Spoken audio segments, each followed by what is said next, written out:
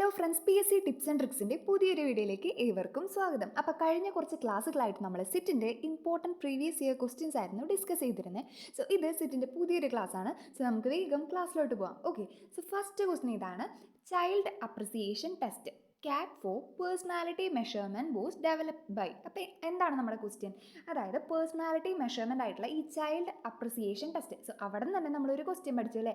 എന്താണ്? CATൻ്റെ എക്സ്പാൻഷൻ നമ്മൾ പഠിച്ചു. എന്താണ് CATൻ്റെ എക്സ്പാൻഷൻ? യെസ്, അത് ചൈൽഡ് അപ്രിസിയേഷൻ ടെസ്റ്റ് ആണ്. എന്താണ്?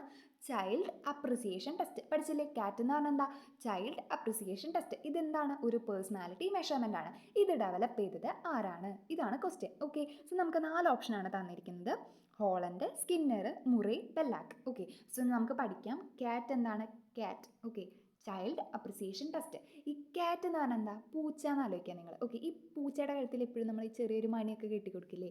അപ്പോൾ എന്താണ്? ഒരു ബെല്ല് ഉണ്ടാവും അല്ലേ? അങ്ങനെ കണക്ട് ചെയ്ത് വെക്കുക. ഓർക്കാൻ വേണ്ടി എളുപ്പത്തിന് ഇപ്പോൾ ഒരു ട്രിക്ക് പറഞ്ഞതാണ്, നിങ്ങൾക്ക് ഇഷ്ടമാണെങ്കിൽ എടുക്കുക. ഓക്കെ, സോ CAT എന്താ?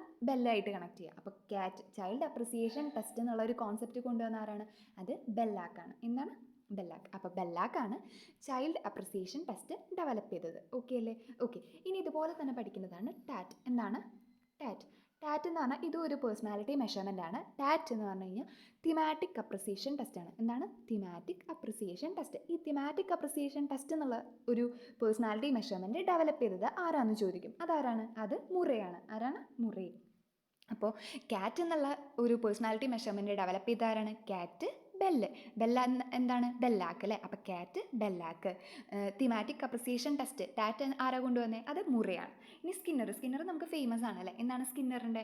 സ്കിന്നറിൻ്റെ ബിഹേവിയറിസം, അതുപോലെ ഓപ്പറൻ്റ് കണ്ടീഷനിങ്, ഇതൊക്കെ ആരാണ്? സ്കിന്നറാണ്. ഓക്കെ അല്ലേ? അപ്പോൾ ഇത്രയും കാര്യങ്ങൾ ഓക്കെ എന്ന് വിചാരിക്കണം. അപ്പോൾ ഒരൊറ്റ ക്വസ്റ്റ്യന് നമ്മൾ ഒരുപാട് കാര്യങ്ങൾ പഠിച്ചു അല്ലേ? ഓക്കെ, സോ ഈ ക്വസ്റ്റ്യൻ നിങ്ങൾക്ക് ക്ലിയർ ആയെന്ന് വിചാരിക്കണം. സോ നമുക്ക് അടുത്ത ക്വസ്റ്റ്യനിലോട്ട് പോകാം. ഓക്കെ, സോ അടുത്ത ക്വസ്റ്റ്യൻ ഇതാണ്: the area of philosophy that deals with the nature and the origin of human knowledge. Human knowledge, area of philosophy that deal with the nature and the origin of human knowledge. ഈ വാക്ക് നിങ്ങൾ ആലോചിച്ച് വയ്ക്കുക. Knowledge, human knowledge. Okay, so നോളജിന് importance കൊടുത്ത ഏതാണ്? Yes, അത് എപ്പിസ്റ്റമോളജിയാണ്. ഏതാണ്? എപ്പിസ്റ്റമോളജി. ദെൻ ആക്സിയോളജി, നമുക്ക് ബാക്കിയുള്ളത് കൂടെ പഠിക്കാം. അപ്പോൾ ഈ ആക്സിയോളജി എന്ന് പറഞ്ഞാൽ എന്താ? ഇത് ഒരു ഏരിയ ഓഫ് ഫിലോസഫിയാണ്. അത് എന്തിനാണ് ഇമ്പോർട്ടൻസ് കൊടുത്തത്? ആക്സിയോളജി വാല്യൂസ് ആണ്. എന്താണ്? വാല്യൂസിനാണ് ആക്സിയോളജി ഇമ്പോർട്ടൻസ് കൊടുത്തത്. ഓക്കെ അല്ലേ? ദെൻ മെറ്റാഫിസിക്സ്, അതോ നേച്ചർ ഓഫ് റിയാലിറ്റി. എന്താണ്? Nature of reality. Nature of reality ആണ് മെറ്റാഫിസിക്സ്. ഇതൊക്കെ റിപ്പീറ്റ് ആയിട്ട് ചോദിക്കുന്ന ക്വസ്റ്റ്യൻസ് ആണ്. സോ പഠിച്ചു വെക്കാം. അപ്പോൾ axiology nature of values, metaphysics nature of reality, epistemology nature of knowledge. Okay, then theology എന്ന് പറഞ്ഞാൽ എന്താ? ഡിവിനിറ്റിക്കൊക്കെയാണ് ഇമ്പോർട്ടൻസ് കൊടുത്തത്. ഓക്കെ അല്ലേ? അപ്പോൾ ഇത്രയും കാര്യങ്ങൾ ക്ലിയർ ആയെന്ന് വിചാരിക്കുന്നു. ഓക്കെ, സോ നമുക്ക് അടുത്ത ക്വസ്റ്റിലോട്ട് പോകാം. എന്താണ് അടുത്ത question? Curricular inputs are implicitly. ആ വാക്ക് എടുത്ത് നോക്കുക. Okay, so implicitly provided to learner by the organisation through various mean is known as.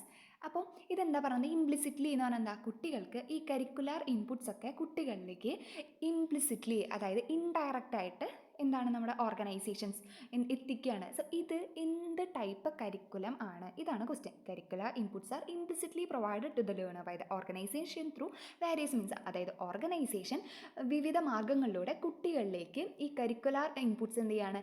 Indirect ആയിട്ട് എത്തിക്കുകയാണ്. ഇതിനെ നമ്മൾ പറയുന്ന പേരാണ്, നമുക്ക് എല്ലാവർക്കും അറിയാം അല്ലേ? ഫേമസ് ആണ്. എന്താണ്? Hidden curriculum. എന്താണ് ആൻസർ വരിക?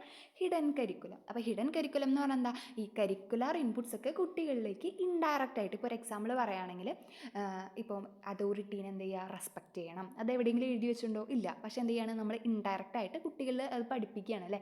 അതുപോലെ തന്നെ പങ്ക്ച്വാലിറ്റി, കൃത്യനിഷ്ഠ വേണം, ഡിസിപ്ലിൻ, ഇതൊക്കെ നമ്മൾ എവിടെയെങ്കിലും എഴുതി വെച്ചിട്ടുണ്ടോ? ഇല്ല. അതെന്താണ്? കുട്ടികൾ ഇൻഡയറക്റ്റ് ആയിട്ട് പഠിക്കുകയാണ് അല്ലേ? ഇതെന്താണ്? കരിക്കുലർ ഇൻപുട്സ് ഒക്കെ കുട്ടികൾ ഓർഗനൈസേഷൻ ഇൻഡയറക്ട്ലി കുട്ടികളിൽ എത്തിക്കുകയാണ്. സോ ഇതെന്താണ്? ഹിഡൻ കരിക്കുലം എന്നാണ് പറയുക. ഇതിനെന്താ പറയുക? Hidden curriculum. ക്ലിയർ അല്ലേ? ഓക്കെ, ഇനി കോർ കരിക്കുലം എന്ന് പറഞ്ഞാൽ എന്താ? അത് കോറായിട്ടുള്ള മെയിൻ സബ്ജക്ട്സ്, ഇപ്പോൾ ഫിസിക്സ്, കെമിസ്ട്രി, മാത്സ്, ഇതൊക്കെ എന്താ? സബ്ജക്ട്സ് അല്ലേ? ഇതൊക്കെ എന്താ? കോർ കരിക്കുലാണ് വരുന്നത്. ഓക്കെ, ഇനി നൾ കരിക്കുലം എന്ന് പറഞ്ഞു കഴിഞ്ഞാൽ കരിക്കുലത്തിൽ നിന്ന് ഒമിറ്റ് ചെയ്തിട്ടുള്ള ടോപ്പിക്സ് ഇതൊക്കെയാണ് എന്ത് ഈ നൾ കരിക്കുലം കൊണ്ട് ഉദ്ദേശിക്കുന്നത്. ഓക്കെ അല്ലേ? ഇനി ഓവേർട്ട് കരിക്കുലം എന്ന് പറഞ്ഞു കഴിഞ്ഞാൽ പ്ലാൻഡ് അല്ലെങ്കിൽ ഫോമൽ കരിക്കുലം. ഇതൊക്കെ എന്താണ് ഈ സിലബസ് ഇതൊക്കെ എന്താ ഈ ഓവേർട്ട് കരിക്കുലത്തിൽ വിടും. ഓക്കെ അല്ലേ? അപ്പോൾ ഹിഡൻ കരിക്കുലം എന്ന് പറഞ്ഞാൽ ഇത്രയേ ഉള്ളൂ. അതായത് നമ്മുടെ ഓർഗനൈസേഷൻസ് കുട്ടികളിലേക്ക് ഇൻഡയറക്റ്റ് ആയിട്ട് നമ്മുടെ കരിക്കുലർ ഇൻപുട്സ് കുട്ടികളിൽ എത്തിക്കുക. ഓക്കെ, സോ ഇതാണ് എന്ത് ഹിഡൻ കരിക്കുലം എന്ന് പറയുന്നത്. ഓക്കെ അല്ലേ? അപ്പോൾ ഇത്രയും കാര്യങ്ങൾ ക്ലിയർ ആയെന്ന് വിചാരിക്കുന്നു. സോ നമുക്ക് അടുത്ത ക്വസ്റ്റിലോട്ട് പോവാം. ഓക്കെ, അടുത്ത ക്വസ്റ്റൻ ഇതാണ്. Identify the most appropriate strategy four promoting creativity in class room. എന്താണ് ക്വസ്റ്റ്യൻ? അതായത് ക്ലാസ് റൂമിൽ ക്രിയേറ്റിവിറ്റി പ്രൊമോട്ട് ചെയ്യാനായിട്ട് ഏറ്റവും അപ്രോപ്രിയേറ്റ് സ്ട്രാറ്റജി താഴെ തന്നിരിക്കുന്നതിൽ ഏതാണ് നോക്കാം. ഓക്കെ, സോ നമുക്ക് 4 ഓപ്ഷനാണ് തന്നിരിക്കുന്നത്. Brainstorming, lecturing, peer tutoring, discussion. അപ്പോൾ ഇതിൽ ഏറ്റവും ബെസ്റ്റ് മെത്തേഡ് എന്താണ് ക്രിയേറ്റിവിറ്റി കൊണ്ടുവരാൻ? യെസ്, അത് ബ്രെയിൻ സ്റ്റോമിങ് ആണ്. ഏതാണ്? Brainstorming. അപ്പോൾ ഈ ബ്രെയിൻ സ്റ്റോമിങ് എന്ന് പറഞ്ഞാൽ എന്താ?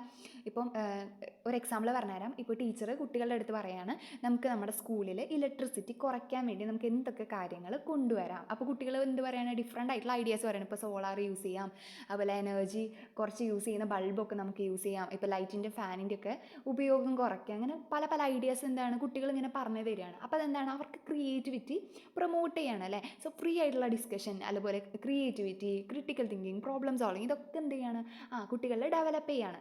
ഇത് ഈ ഒരു മെത്തേഡാണ് എന്ത് ബ്രെയിൻ സ്റ്റോമിങ് എന്ന് പറഞ്ഞാൽ. ഓക്കെ അല്ലേ? അപ്പോൾ ക്ലിയർ ആയെന്ന് വിചാരിക്കുന്നു. അപ്പോൾ ഏറ്റവും കുട്ടികളിൽ ക്രിയേറ്റിവിറ്റി പ്രൊമോട്ട് ചെയ്യാനുള്ള ഏറ്റവും അപ്രോപ്രിയേറ്റ് സ്ട്രാറ്റജി എന്താണ്? അത് ബ്രെയിൻ സ്റ്റോമിങ് ആണ്. സോ നമുക്ക് ബാക്കി ഓപ്ഷൻസ് കൂടെ നോക്കാം. ലെക്ചറിങ് ഉണ്ട്. ലെക്ചറിങ് എന്ന് പറഞ്ഞാൽ എന്താ?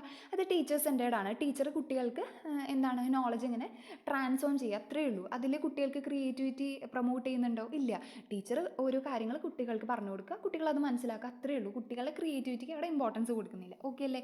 പിയർ ട്യൂട്ടറിങ് എന്ന് പറഞ്ഞാൽ എന്താ? കുട്ടികൾ പരസ്പരം പഠിക്കുകയാണ് അല്ലേ? അപ്പോൾ അവിടെയും ക്രിയേറ്റിവിറ്റി ഇൻക്രീസ് ചെയ്യാനുള്ള ചാൻസ് കുറവാണ്. ഡിസ്കഷനും ബ്രെയിൻ സ്റ്റോമിങ്ങിനെ വെച്ച് കമ്പയർ ചെയ്യുമ്പോൾ എന്താണ് അവിടെ കുറവാണ് അല്ലേ? ക്രിയേറ്റിവിറ്റിക്കുള്ള ഓപ്പർച്യൂണിറ്റീസ് കുറയാണ്. അപ്പോൾ ഏറ്റവും best method for promoting creativity എന്ന് പറഞ്ഞു കഴിഞ്ഞാൽ എന്താണ്? അത് ബ്രെയിൻ സ്റ്റോമിങ് ആണ്. സോ ഇത്രയും ക്വസ്റ്റ്യൻസ് എല്ലാവർക്കും ക്ലിയർ ആയെന്ന് വിചാരിക്കണം. സോ നിങ്ങൾക്ക് ഈ ക്ലാസ് ഇഷ്ടമാണെങ്കിൽ ഒന്ന് ലൈക്ക് ചെയ്യുക, ചാനൽ യൂസ്ഫുൾ ആയി തോന്നുകയാണെങ്കിൽ ഒന്ന് സബ്സ്ക്രൈബ് ചെയ്യുക, അതുപോലെ തന്നെ മാക്സിമം ഫ്രണ്ട്സിനൊക്കെ ഷെയർ ചെയ്ത് കൊടുക്കുക. Thanks for watching.